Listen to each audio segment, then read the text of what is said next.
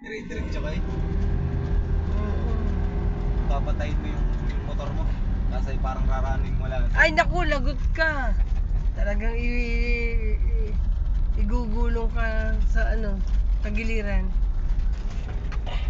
Mawawala ka ng preno nun. Oo, ganyan. Kasi hindi kakagat yung system eh. Kami po nasa Marilac. Punta kami sa ano, kung saan naroon si Ayan. Picture. Di namin alam kung nasaan si Ayan. Yung mga nakamotor na yun, bababang check na. Dumating na yung mga picture dito, si Marilac. Ah, dumating na. Doon na sila nakaposto. Ako, magpapasikat na naman. Sigurado.